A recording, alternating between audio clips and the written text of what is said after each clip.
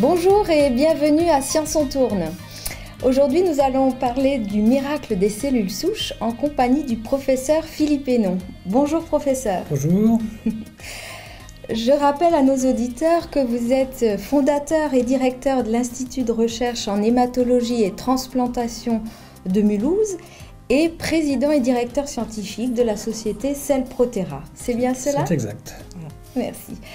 Alors tout d'abord, je vous propose de regarder un film d'une demi-heure que nous avons réalisé ensemble à l'Institut. Et ensuite, à la fin de ce film, nous repasserons au direct. Et c'est à ce moment-là que vous pourrez poser toutes vos questions en direct au professeur. Voilà, je vous souhaite un bon film. Et attention, science, on tourne.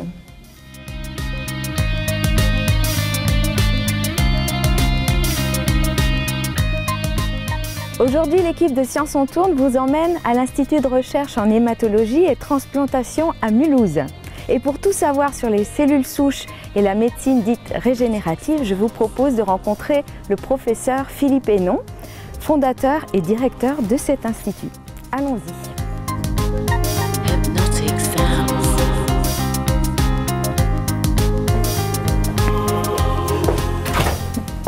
Bonjour professeur. Bonjour, vous allez bien? Très bien, et vous-même? Ça va, merci.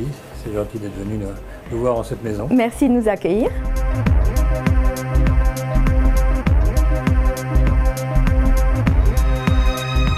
Bienvenue dans l'Institut de recherche en hématologie et transplantation que j'ai créé il y a maintenant bientôt 30 ans. Ça fera 30 ans l'année prochaine. Nous fêterons le 30e anniversaire l'année prochaine. Les recherches effectuées dans cet institut de recherche en hématologie et transplantation sont essentiellement axées sur les cellules souches. Le fil rouge de nos recherches, c'est ce qu'on appelle la cellule souche, et en particulier la cellule souche sanguine.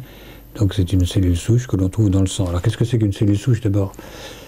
Une cellule souche, c'est une cellule qui est capable de... C'est une cellule très immature, qui est capable de se auto-renouveler au long cours, c'est-à-dire de donner indéfiniment ou presque indéfiniment des cellules filles. Et ces cellules filles elles-mêmes sont capables de se différencier vers un organe X ou Y.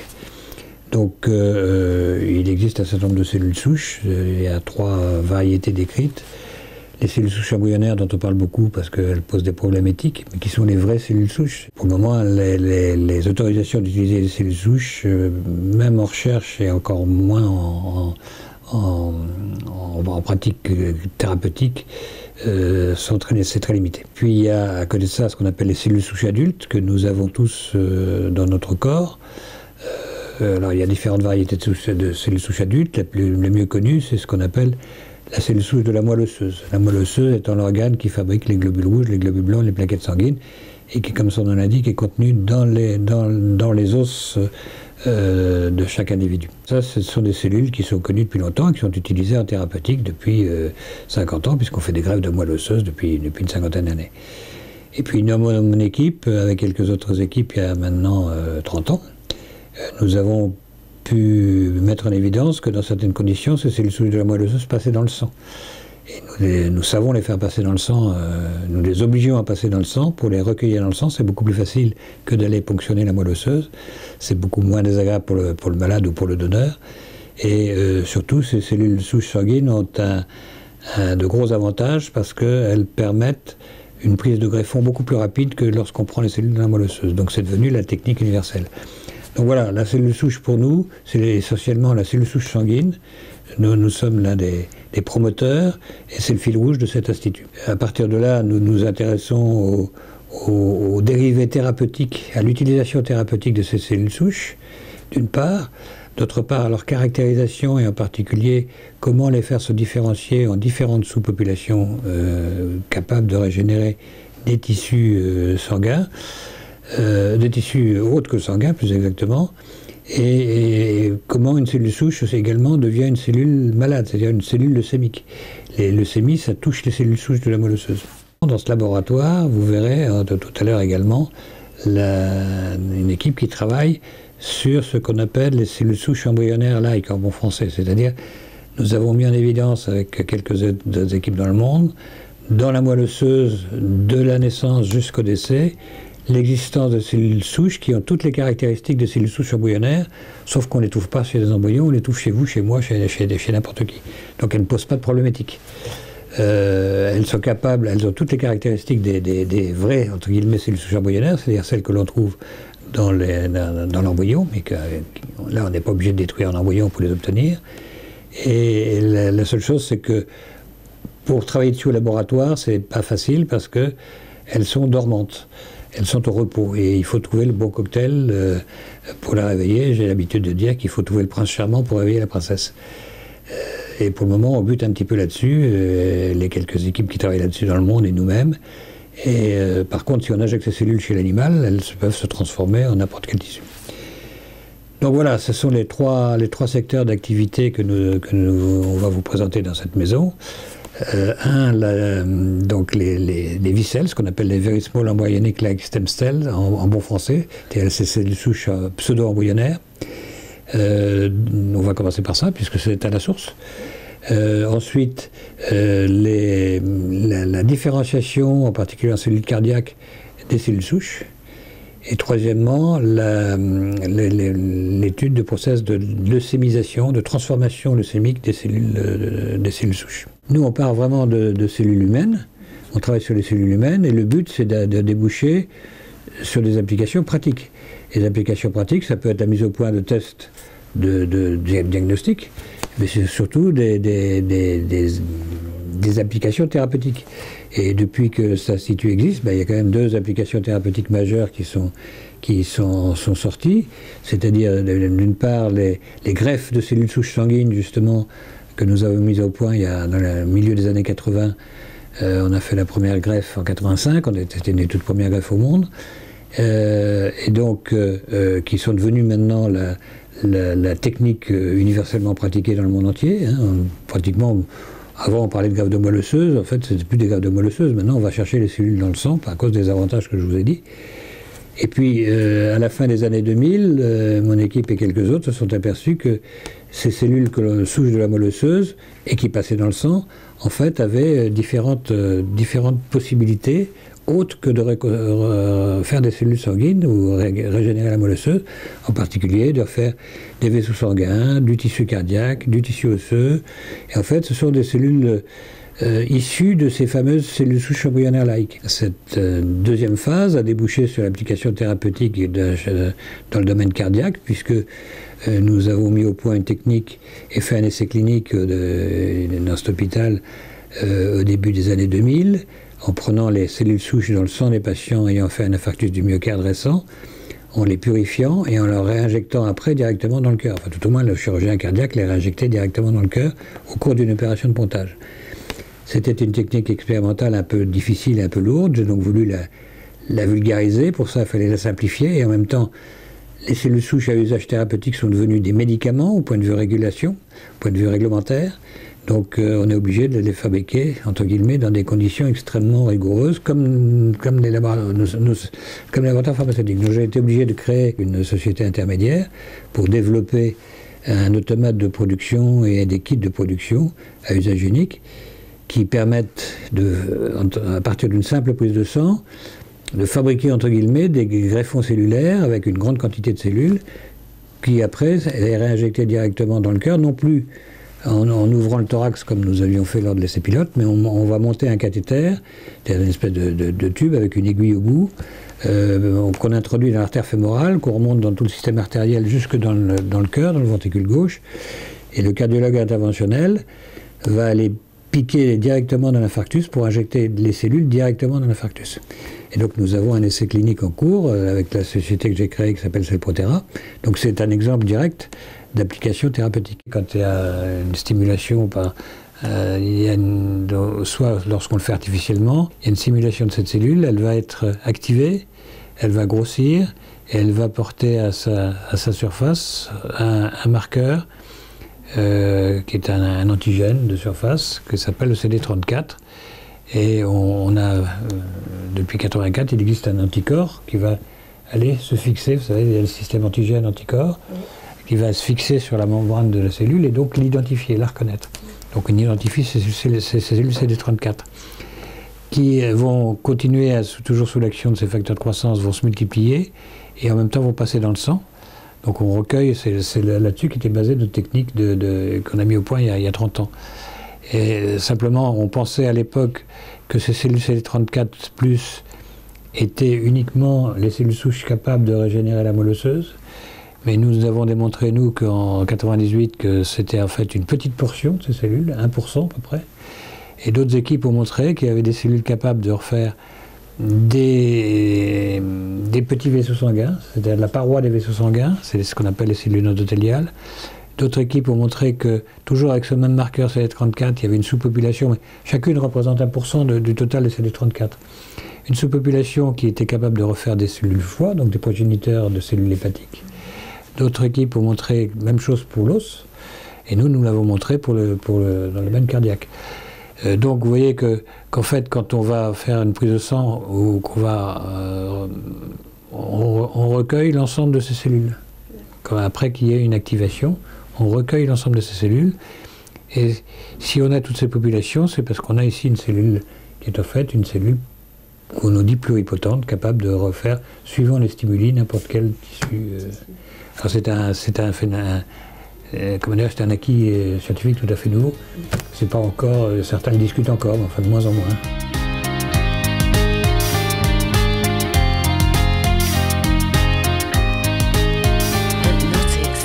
En tant que chercheur au sein de l'Institut de recherche en hématologie et transplantation, je m'intéresse à un projet qui concerne les cellules souches embryonnaires qui sont un peu particulières, qu'on appelle vicelles. Cellules embryonnaires classiques, on est obligé d'aller chercher au sein de l'embryon.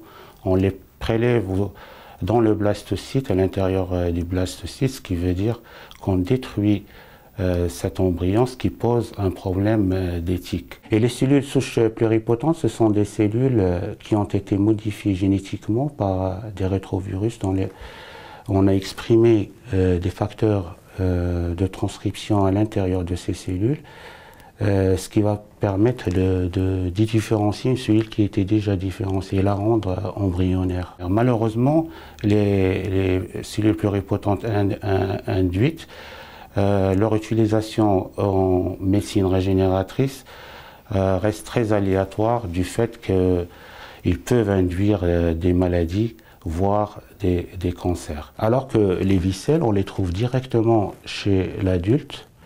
Et l'objectif final du projet, c'est qu'on puisse prélever directement chez le patient des cellules à partir de son sang ou à partir de la moelle osseuse, ou dans le cas échéant, les prendre dans un centre cordon ombilical, faire l'isolement de ces cellules et par la suite faire une expansion, c'est-à-dire multiplier leur nombre et les différencier vers les différentes lignées organiques. Si on veut des cellules du cœur, on va former des cellules du cœur.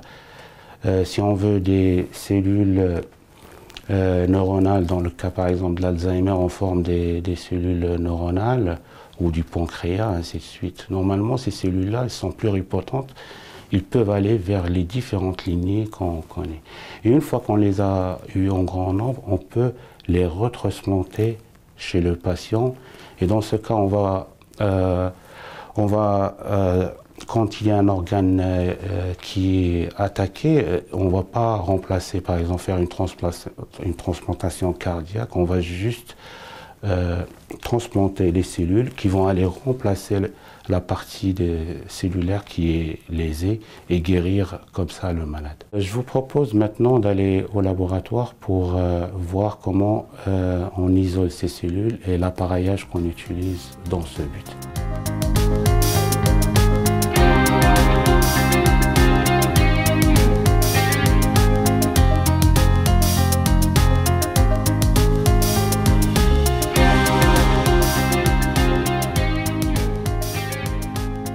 Donc là, vous êtes au sein du laboratoire de cytométrie.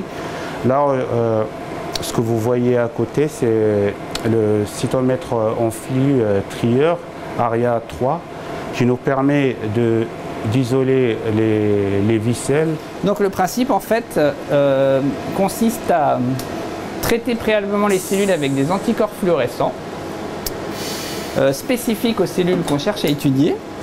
Ces cellules sont déposées dans un tube qui va être chargé dans la machine. Les cellules sont aspirées, elles passent dans ce qu'on appelle une flow cell. Elles passent les unes derrière les autres devant les lasers et elles émettent une fluorescence en fonction des anticorps avec lesquels on a préparé nos cellules. La particularité de cet appareil, qui est aussi un trieur, c'est qu'elle va nous permettre de séparer les cellules. Les cellules sont pour le moment dans un flux continu, les unes derrière les autres. Grâce à cette machine, on va pouvoir les séparer. Le flux va être transformé en goutte à goutte et dans chaque goutte, les cellules vont se retrouver piégées. En théorie, il devrait y avoir une seule cellule par goutte. Donc les cellules qui sont piégées maintenant dans une goutte passent devant les plaques électriques.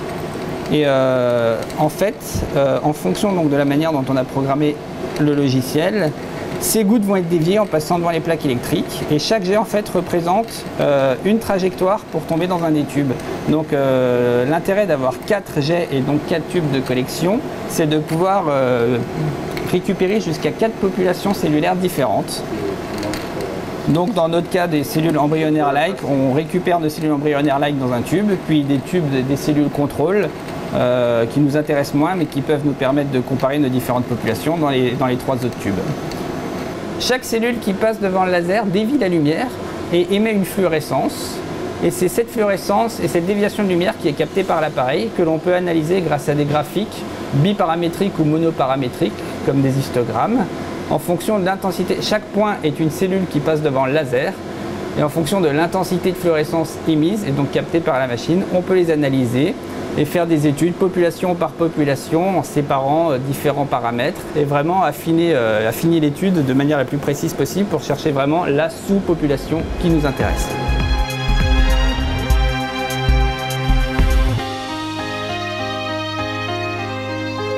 On travaille sur des cellules souches humaines qui sont présentes dans le sang cordon ombilical.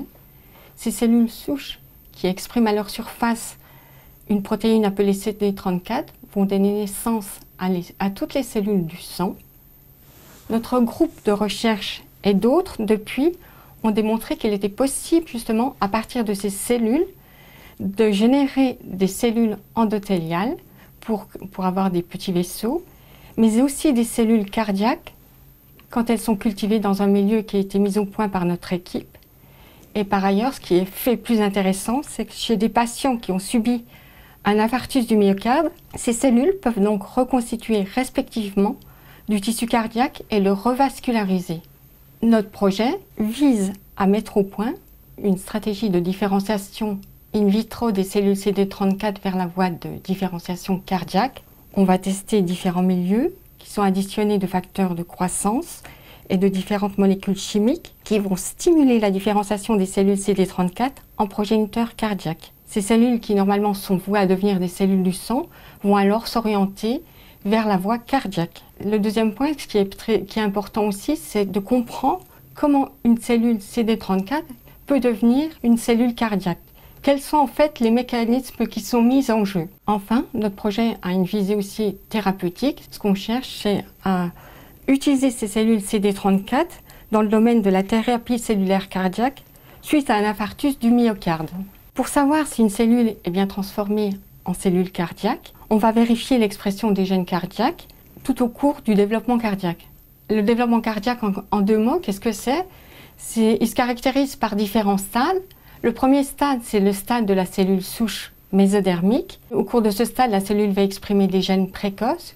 Puis le deuxième stade, c'est le stade du progéniteur cardiaque. Puis ces cellules vont alors exprimer des gènes qui sont associés aux cardiomyocytes immatures. Et enfin, au stade de cardiomyocytes matures, ces cellules acquièrent une structure qui est bien organisée, qui va permettre en somme les battements cardiaques. Après culture donc, de nos cellules dans nos milieux de différenciation, nous allons donc quantifier l'expression des gènes cardiaques et pour ça, grâce à une technique qui s'appelle la PCR quantitative. La PCR ou la réaction de polymérisation en chaîne, c'est une technique d'amplification d'une séquence d'ADN connue. Il faut savoir que l'ADN, c'est le support de l'information génétique. Il est en somme le plan architectural du vivant et l'ARN est comme un support intermédiaire des gènes pour synthétiser les protéines qui vont être nécessaires. À chaque cycle de PCR, on va dupliquer ici ce fragment de gène cible. On va amplifier le gène et au bout du premier cycle, on va avoir 2 copies. On va le faire grâce à un milieu réactionnel qui contient 2 amorces, notre gène cible, un marqueur fluorescent ainsi que des réactifs nécessaires pour faire cette technique. Pour notre projet cardiomyoplastie, on réalise une PCR quantitative ou PCR en temps réel sur une plaque avec des volumes réactionnels très faibles. Donc on dispose dans chaque puits les produits à amplifier. Il faut rappeler que c'est des volumes très faibles. On dispose ça dans une plaque de 96 puits. La plaque est ensuite scellée à l'aide d'un film plastique. On agite. Après avoir homogénéisé, on centrifuge l'ensemble.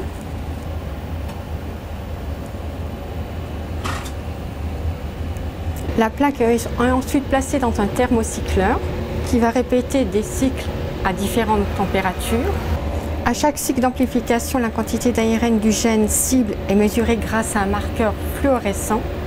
Ainsi, nous sommes capables de comparer l'expression d'un gène donné dans nos échantillons de cellules en voie de différenciation par rapport à un contrôle.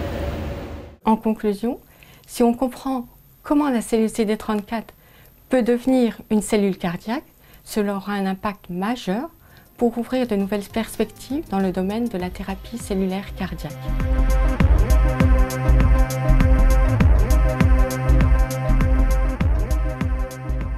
Les cellules souches CD34 sont principalement connues pour leur capacité à se différencier et à faire le processus de l'hématopoïèse qui permet de fabriquer les globules rouges, les globules blancs, les plaquettes qui circulent dans notre sang. Ce processus, il se fait dans la moelle osseuse, dans nos os.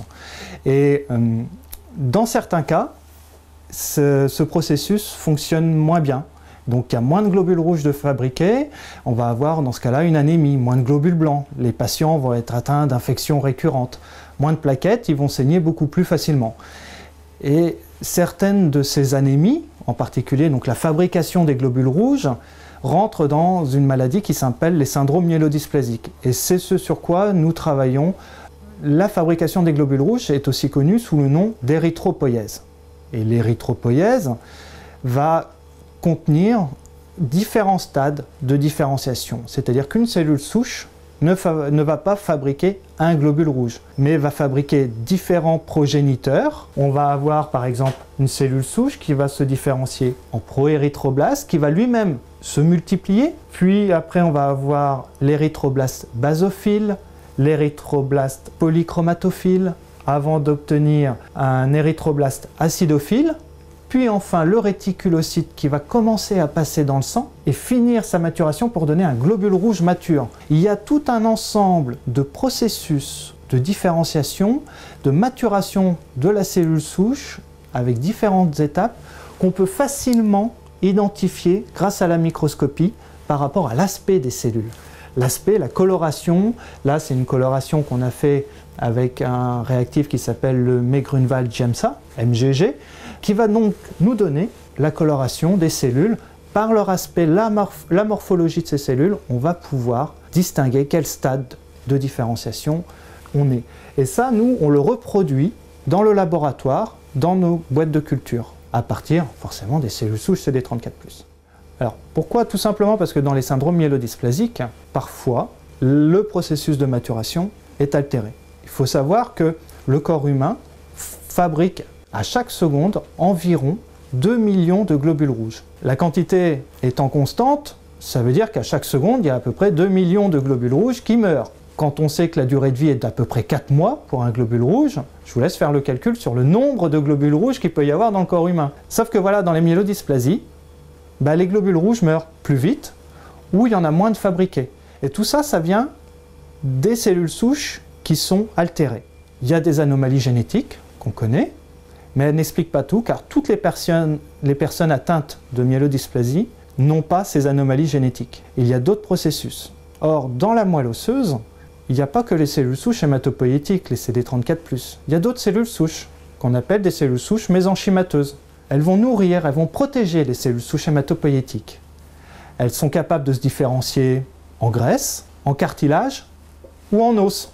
Et d'ailleurs, si on met des cellules souches hématopoïétiques en contact avec des cellules souches mésenchymateuses, qui sont là dans le fond, aussitôt les cellules souches hématopoïétiques se fixent sur les cellules souches mésenchymateuses. Donc ce qu'on va étudier, nous, dans le cas des myélodysplasies, c'est s'il y a ou pas des interactions entre ces cellules qui sont altérées. Il faut bien voir qu'une cellule souche, pour se différencier, elle va recevoir des signaux différents. Par exemple, pour faire du sang, la cellule souche hématopoïétique, elle va recevoir l'EPO, l'érythropoïétine. C'est fabriqué par les glandes surrénales. C'est très loin de la moelle osseuse. Les cellules souches peuvent aussi être régulées par des contacts entre les cellules, dont les mésenchymateuses. Et ce que nous faisons, nous, au sein du laboratoire, notamment dans cette pièce où on va regarder l'aspect des cellules et l'expression de certaines protéines, en fait, en utilisant la fluorescence, l'immunofluorescence. C'est le même principe que pour le cytomètre, sauf que là, on l'a fait sur des plaques où les cellules sont adhérées sur des lames. À partir de là, on peut observer où les protéines qui nous intéressent sont exprimées. Est-ce qu'elles sont partout autour de la cellule, au niveau de la membrane, dans le cytoplasme, dans le noyau qu'on voit ici en bleu? Ou est-ce que c'est plus des points sporadiques, un peu partout, sur la membrane de la cellule? Et ça nous permet de comprendre et d'identifier s'il y a des différences entre les cellules d'un malade et les cellules de quelqu'un qui n'a pas de myélodysplasie. Si on trouve la cause, on peut peut-être la traiter. Aujourd'hui, dans cette maladie, on traite la conséquence. Il n'y a pas assez de sang fabriqué, on va donner de l'EPO pour booster la fabrication du sang. Mais on ne sait pas encore pourquoi les cellules souches fabriquent moins de globules rouges.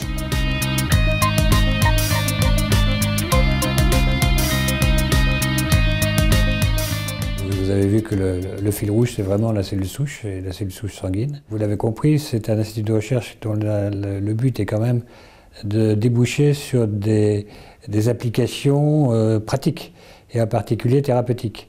Et j'avais évoqué au début l'application dans les maladies du sang. Actuellement, nous sommes encore plus focalisés sur les infarctus du myocarde, puisque nous avons démontré que les cellules souches sanguines injectées directement dans la lésion cardiaque pouvaient régénérer la lésion cardiaque, la régénérer de façon structurelle, c'est-à-dire anatomique, et en même temps fonctionnelle, c'est-à-dire que la zone qui normalement était morte se remet à fonctionner et le cœur se remet à battre normalement ou quasi normalement. Nous souhaitons diffuser cette technique et ça passe par la création donc d'une start-up, d'une société de biotechnologie que nous avons créée il y a maintenant 7 ans, qui est en train de développer les processus d'industrialisation, en quelque sorte, de production de greffons cellulaires à visée cardiaque. La recherche doit continuer ici, il faut financer cette recherche, et le financement, c'est un financement que je dois trouver tous les ans. Nous avons des financements du Conseil général, du Conseil régional, du groupe Arpège, parce que c'est sur le point de déboucher sur des applications pratiques. Par contre, toutes les recherches en amont, ça, c'est pas financé, et c'est justement ce que finance l'opération Tulip.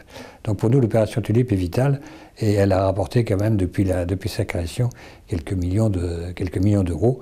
Donc pour la suite de ce programme, je vous invite maintenant à me poser toutes les questions que vous pouvez envisager de me poser, et j'essaierai d'y répondre.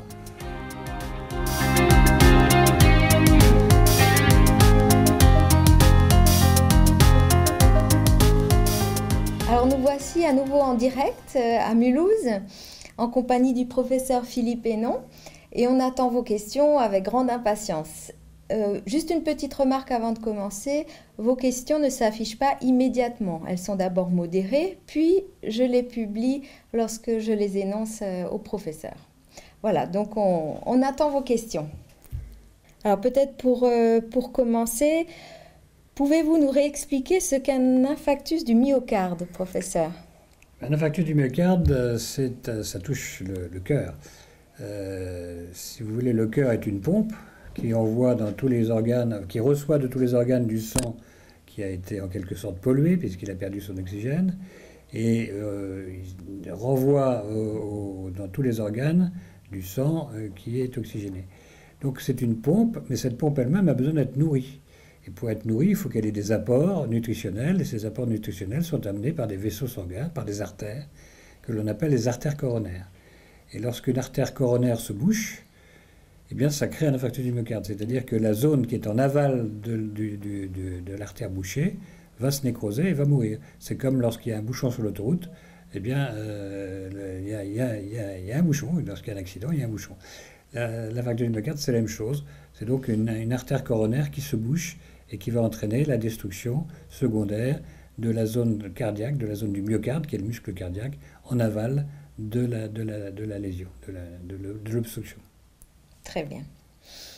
Alors, autre question. Donc, Julie de Mulhouse. Au début du film, vous parlez des problèmes éthiques concernant l'utilisation de cellules souches embryonnaires. Quels sont-ils? Ces problèmes, c'est au fait que pour obtenir ces cellules souches embryonnaires, il faut détruire un embryon. Alors, détruire un embryon, c'est un être vivant, tout au moins c'est considéré comme un être vivant et déjà un humain, en particulier dans la religion catholique. Ça l'est moins dans la religion catholique ou chez les protestants. Ça l'est moins dans la religion musulmane, et également dans la religion juive. Avant 4 mois, l'embryon n'est pas considéré comme un être vivant. Il y a aussi des raisons philosophiques, même si ce ne sont pas des raisons religieuses, il y a des raisons philosophiques. On détruit toujours un embryon, c'est considéré quand même aussi par beaucoup de philosophes comme un être vivant. Donc la destruction d'un embryon est considérée dans beaucoup de pays comme un barrage ferme à l'utilisation de ces cellules souches embryonnaires. D'accord. Pensez-vous que les cellules souches embryonnaires sont une source d'avenir pour la vie éternelle? Demande Rémi d'Orléans. Oh, la vie éternelle est un beau et noble sujet. D'abord, c'est un sujet philosophique. Est-ce qu'il faut vivre éternellement? Vous imaginez une terre peuplée de centenaires ou de gens qui auraient 1000 ans, ce serait pas très drôle pour vous les jeunes, d'abord. Non, enfin, on peut prolonger certainement la vie parce qu'on va réparer des organes lésés. Donc on va permettre à des gens de vivre beaucoup plus longtemps. Maintenant, nous sommes quand même programmés pour avoir une durée de vie plus ou moins longue, suivant les individus, suivant leur caractère génétique. Et je pense que la théorie qu'aiment bien les Américains actuellement, en particulier du côté de la Silicon Valley, c'est un petit peu excessif. Alors on peut manipuler effectivement un petit appendice qui se situe au bout des chromosomes, que l'on appelle le télomère. Et le télomère est d'autant plus le télomère est long, plus la cellule va avoir une durée de vie longue. Donc on peut essayer dans certaines conditions, en utilisant certaines substances, dont la télomérase, essayer de permettre au télomère de se rallonger un peu. Maintenant, pour le moment, c'est quand même un peu de l'apprenti sorcier. Et je crois qu'il faut être extrêmement prudent en dehors de toute autre considération philosophique. Alors, Pauline d'Orléans. Avez-vous déjà travaillé avec Marc Péchinski? Je connais bien Marc Péchinski. Nous n'avons pas travaillé ensemble parce que nos intérêts, si je puis dire, ne sont pas les mêmes. Marc Péchinski travaille surtout sur les cellules souches nerveuses ou sur les problèmes liés aux pathologies nerveuses. Moi, je suis hématologiste au départ, c'est-à-dire je m'occupe des maladies du sang, des leucémies et des maladies charmantes de ce genre. Actuellement, je m'occupe également des maladies cardiaques, en particulier de l'infarctus du myocarde, mais je ne m'occupe pas ni des maladies neurologiques, ni aussi, Marc Péchinski travaille aussi un peu sur la peau. Ce ne sont pas mes cibles d'intérêt, mais je connais Marc Péchinski. Existe-t-il plusieurs sortes de cellules souches? Demande Laurent de Mulhouse. Oui, il y a plusieurs sortes de cellules souches. Il y a d'abord la cellule souche embryonnaire dont on vient de parler, c'est-à-dire la cellule souche qui est issue de l'embryon. En fait, quand on parle de cellules souches embryonnaires, c'est des cellules qui sont issues de l'embryon qui a 7 jours environ. Donc ce sont des cellules qui sont capables théoriquement de refaire n'importe quel organe, pas de refaire un individu dans son entièreté, ça c'est l'œuf, on fécondé.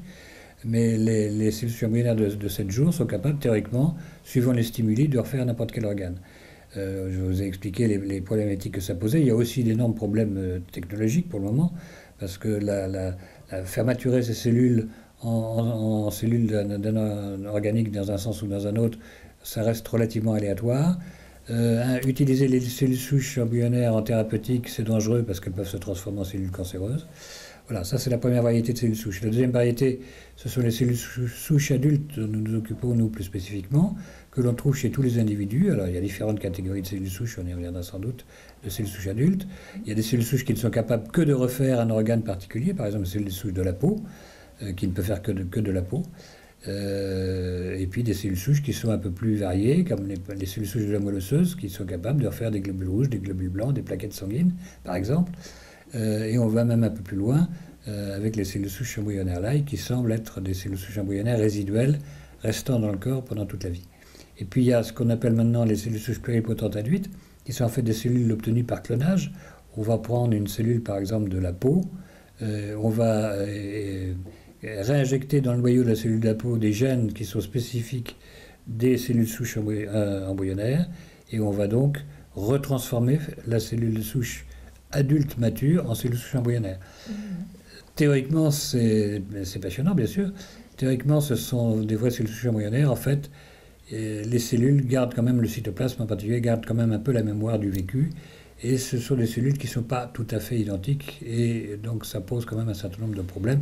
Pour le moment, il n'est pas question de les utiliser en thérapeutique, tout au moins pour les cellules qui ont un noyau. Les globules rouges qui expulsent un noyau, ça pourrait être utilisé relativement rapidement en thérapie cellulaire, mais pour le reste, c'est surtout utilisé de façon expérimentale en toxicologie par les laboratoires pour tester des médicaments nouveaux, voir s'il y a une toxicité pour les cellules, mais pas à visée thérapeutique, et c'est pas de mal à veille. Bon.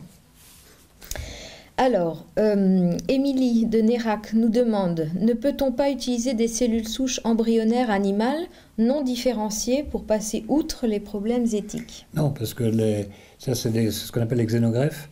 Les xénogreffes continuent à poser de graves problèmes. D'abord, il y a les problèmes qui sont liés au rejet, parce que c'est des cellules... Déjà, lorsque vous utilisez les cellules d'un donneur d'une même espèce, par exemple chez l'humain, lorsque vous utilisez des cellules d'un donneur sain pour un malade, vous avez des problèmes qui sont essentiellement des rejets, donc c'est facile de comprendre, le malade rejette le greffon, mais il y a le phénomène inverse. Il y a le phénomène de réaction du greffon contre l'autre. À ce moment-là, c'est le greffon qui rejette le receveur, c'est-à-dire qu'il va provoquer des pathologies chez le receveur qui peuvent être mortelles. Donc ça, c'est le premier point. Alors quand vous utilisez en plus une espèce animale, c'est encore beaucoup plus compliqué. Il faut évidemment donner des médicaments immunosuppresseurs. Et puis, il y a des pathologies qui existent chez l'animal et qui n'existent pas chez l'homme. Et on n'est pas du tout certain qu'en utilisant des cellules souches animales, là encore, en jouant un peu l'apprenti sorcier, on ne transmette pas des pathologies nouvelles à l'homme. Ah oui. Donc, non, c'est extrêmement... On fait d'un animal à l'autre, pour faire mémuse, si je peux dire. Ouais. Mais pour le faire chez l'homme, non. D'accord. D'où vient le nom CD34+, demande Marion de Bordeaux. CD34, si vous voulez, CD, c'est un espèce d'acronyme. C'est simplement... ça veut dire que ça marque... Enfin, c'est un produit, c'est un anticorps. Alors, il y a des CD1, CD2, CD3, etc. C'est jusqu'à CD plus de 200 maintenant. Chacun est spécifique d'un antigène de membrane ou intracellulaire, mais en tout cas d'un antigène. Donc c'est en quelque sorte une fusée à tête chercheuse. Ces anticorps monoclonaux, dits monoclonaux, vont aller cibler un antigène déterminé porté par la cellule. En l'occurrence, l'antigène CD34 est porté par la cellule souche adulte et même la cellule souche embryonnaire-like, et donc c'est un marqueur cellulaire tout à fait intéressant. C'est pas le seul, bien sûr, il en faut d'autres, mais c'est un pan-marqueur, autrement dit un marqueur qui recouvre beaucoup de populations cellulaires, de sous-populations cellulaires, qui ont des destinées différentes, mais ça permet déjà de visualiser les cellules souches. Très bien. Basile d'Orléans, sera-t-il possible de régénérer un organe ou un membre en entier? Ça dépend ce qu'on veut dire en entier. Il est possible de régénérer un organe. Par exemple, la moelle osseuse, oui, la moelle osseuse est un organe, même si c'est un organe qui est dispersé dans beaucoup d'os, puisque son nom indique, c'est un organe un peu visqueux qui est contenu dans les os et qui donc va fabriquer les globules rouges, les globules blancs, les plaquettes. Quand on fait une greffe de cellules souches hématopoïétiques, c'est-à-dire la cellule mère de la moelle osseuse, les cellules mères de la moelle osseuse, on régénère, on détruit la moelle résiduelle et on réinjecte non pas directement dans la moelle osseuse, mais par le sang. Il y a un phénomène de ce qu'on appelle de homing, vous savez, c'est comme E.T. phone home. Les cellules qu'on injecte dans le sang sont programmée pour repasser dans la moelle osseuse et elle allait la repeupler et elle repeuple complètement la moelle osseuse. Là, il y a une régénération complète. Ah, oui, lorsque on utilise des cellules souches pour réparer un cœur lésé, par exemple, ce que nous faisons actuellement, vous allez réinjecter les cellules dans la zone lésée et vous allez régénérer plus ou moins complètement la zone lésée, lui permettre de redevenir fonctionnelle. Le tout est de rendre un organe à nouveau fonctionnel, même s'il n'est pas, la lésion n'est pas complètement régénérée dans son intégrité. Du moment qu'on a un effet thérapeutique important, c'est suffisant. D'accord. Pourquoi vous êtes-vous intéressé aux cellules souches, demande Lucas d'Orléans. Pourquoi pas? Oui. Non, les cellules souches, si vous voulez, c'est... Moi, je fais de l'hématologie, donc l'hématologie est une discipline qui s'occupe beaucoup de leucémie. Et les leucémies, c'est des pathologies, des maladies qui touchent essentiellement les cellules souches. Les cellules souches deviennent anormales. Donc, conceptuellement déjà, rien qu'en choisissant cette spécialité, ce que je ne savais pas forcément à l'époque où j'ai commencé, mais, parce que les cellules souches n'étaient pas connues, mais j'ai été plongé dans le bain des cellules souches. Et puis, ça m'a intéressé parce que justement, au niveau conceptuel, c'est la base de beaucoup de la modification de ces cellules souches en cellules anormales sont la base de la compréhension d'un certain nombre de maladies et du traitement complémentaire. Et puis, on s'est aperçu que ces cellules souches avaient des capacités bien autres que réparer uniquement la moelle osseuse ou régénérer la moelle osseuse, mais qu'elles pouvaient probablement réparer un certain nombre d'autres organes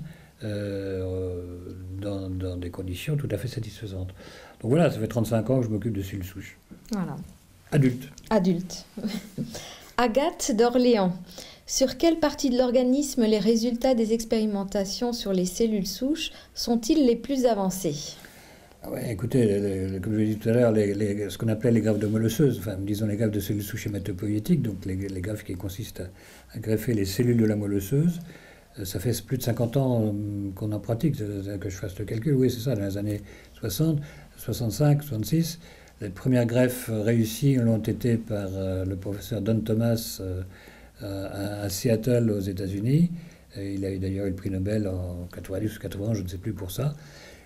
Donc vous voyez que ça fait déjà un bail. Alors la thérapie cellulaire, ce qu'on appelle la thérapie cellulaire, pendant longtemps, ça n'a été que la thérapie cellulaire dans les maladies hématologiques, dans les leucémies, etc.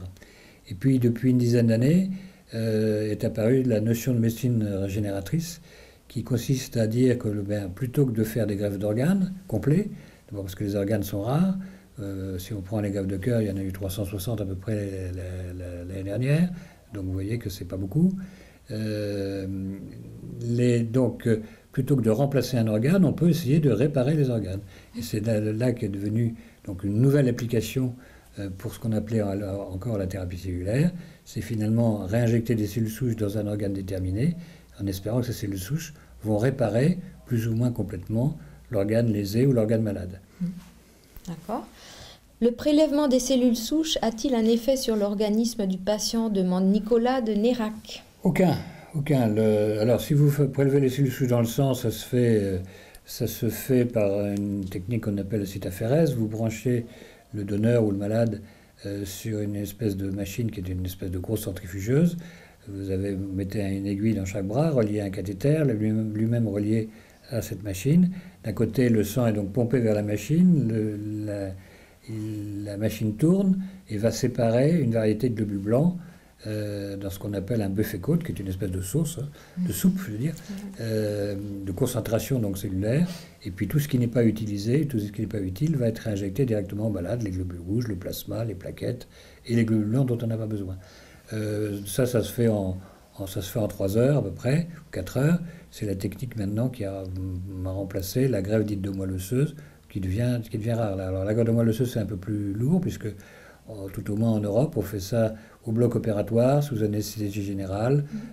C'est un peu plus douloureux au réveil, donc c'est de plus en plus abandonné. Mais autrement, la moelle se régénère très très vite. Et donc il n'y a pas de problème à prélever des cellules de la moelle osseuse, en tout cas, qu'on les prélève dans la moelle ou dans le sang. Dans le sang, c'est plus facile, c'est moins douloureux pour le patient, et en plus, les résultats sont meilleurs. Olivier d'Orléans demande: le cerveau peut-il régénérer grâce aux cellules souches suite à différentes lésions? Alors, on pensait que le tissu neurologique, à partir de l'âge 17-18 ans, allait en involuant, c'est-à-dire en diminuant. On sait maintenant qu'il y a aussi des cellules souches au niveau des tissus neurologiques, en particulier du cerveau.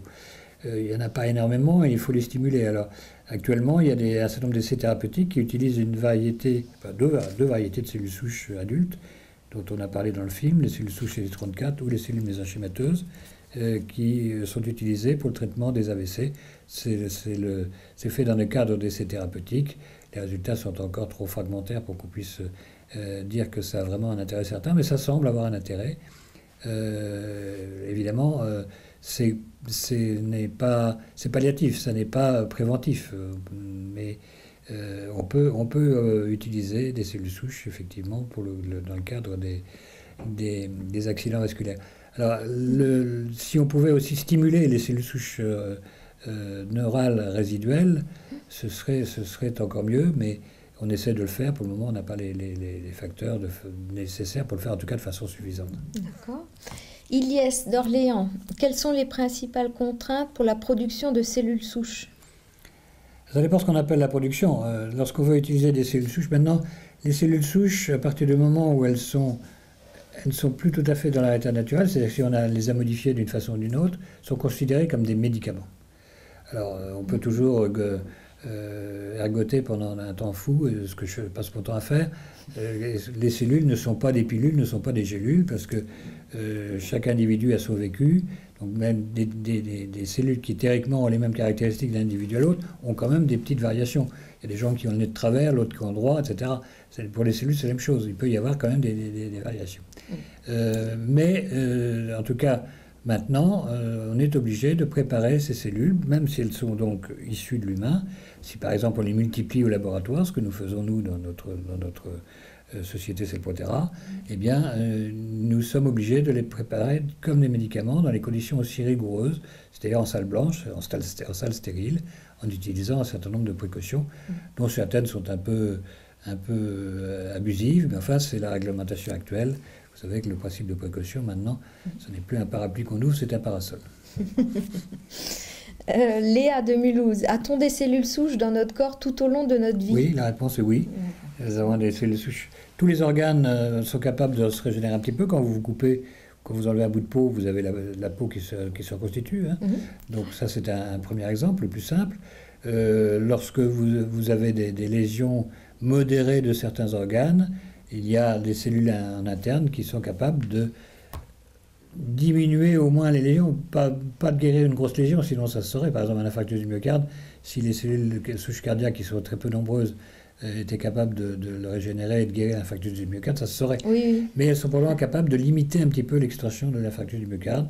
Donc oui, et puis alors il y a ces cellules souches embryonnaires-like dont on a parlé dans le film, qui sont pour le moment des cellules souches embryonnaires résiduelles qui se fixent dans la moelle osseuse et qui persistent de la naissance jusqu'à la mort et qui sont probablement responsables du fait qu'à partir de ces cellules, une fois qu'elles sont stimulées, eh bien on peut obtenir et faire passer dans le sang des cellules capables de régénérer probablement n'importe quel organe. N'importe quel organe, oui. D'accord.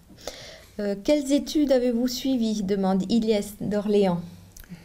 Eh bien, j'ai fait médecine. Alors, si parmi vous, il y en a qui veulent faire médecine, bon courage. Vous savez qu'en plus, maintenant, la sélection est difficile. Il faut vraiment avoir la vocation, je pense, parce que faire médecine, quand on n'a pas la vocation, ça doit être extrêmement difficile. C'est quand même pas un métier facile, tant sur le plan du temps que l'on a à mettre à disposition des patients, que psychologiquement, surtout quand on a des spécialités très lourdes, comme était la mienne, où on a affaire qu'à des malades très sévères, dont un certain nombre meurent. Moins maintenant, mais quand j'ai commencé l'hématologie, tous les malades mouraient, y compris les enfants. Donc c'était un petit peu dur psychologiquement. Mais j'ai fait donc toutes mes études de médecine et après une spécialité. Un métier passionnant. Je ne vais pas vous dire le contraire. Oui. Est-ce un métier difficile? Oui, c'est un métier difficile. C'est pour ça que je dis, si on n'a pas la passion, si on n'a pas ce qu'on a maintenant, un mot qui fait rigoler tout le monde, la vocation, je pense que c'est un métier extrêmement difficile. Moi, je connais des gens qui ont fait médecine, des gens brillants qui ont fait médecine et qui arrivaient au stade de chef des cliniques, c'est après l'internat, donc déjà des médecins thésés, se disent, qu'est-ce que je vais être grossier, qu'est-ce que je fous en médecine? J'aime pas la faire médecine. j'aime pas le malade. Il y a des gens qui n'aiment pas le contact avec les malades. Mais malheureusement, avec les études actuelles, on se rend compte qu'en 4e année de médecine. Ouais. Combien de chercheurs employez-vous, demande Maxime. Une dizaine. Combien de temps met-on pour fabriquer des cellules souches, demande Florence d'Orléans. Alors, fabriquer des cellules souches, bon, il n'y a qu'un cas où on fabrique entre guillemets des cellules souches, c'est-à-dire quand on fait des cellules pluripotentes induites. Cellules souches pluripotentes induites, c'est-à-dire cette espèce de clonage où on prend une cellule mature et on modifie le noyau en injectant des gènes. Alors, c'est relativement rapide, c'est aléatoire, parce que ça ne réussit pas à tous les coups, c'est coûteux, ça demande à être fait dans un certain nombre de conditions, mais enfin, c'est relativement rapide. En 8 à 10 jours, on obtient des cellules pluripotentes induites.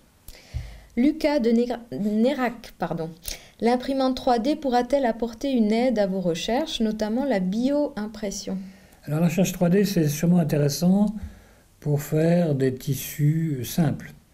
Par exemple, pour faire une oreille, à partir d'un moule en plastique, c'est-à-dire refaire la partie, les tissus, ce qu'on appelle les tissus mous, c'est-à-dire un petit peu de chair, un petit peu de peau par-dessus le marché. Ça, c'est relativement facile. Refaire un organe compliqué et fonctionnel, c'est plus difficile.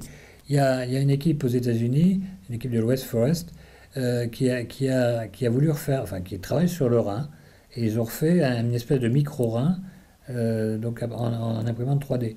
Alors le problème, c'est que le micro-rein avait son parenchyme tout à fait correct, c'est-à-dire le corps en quelque sorte, mais un rein, c'est un organe très compliqué, avec des tubes dedans, des tas de vaisseaux sanguins.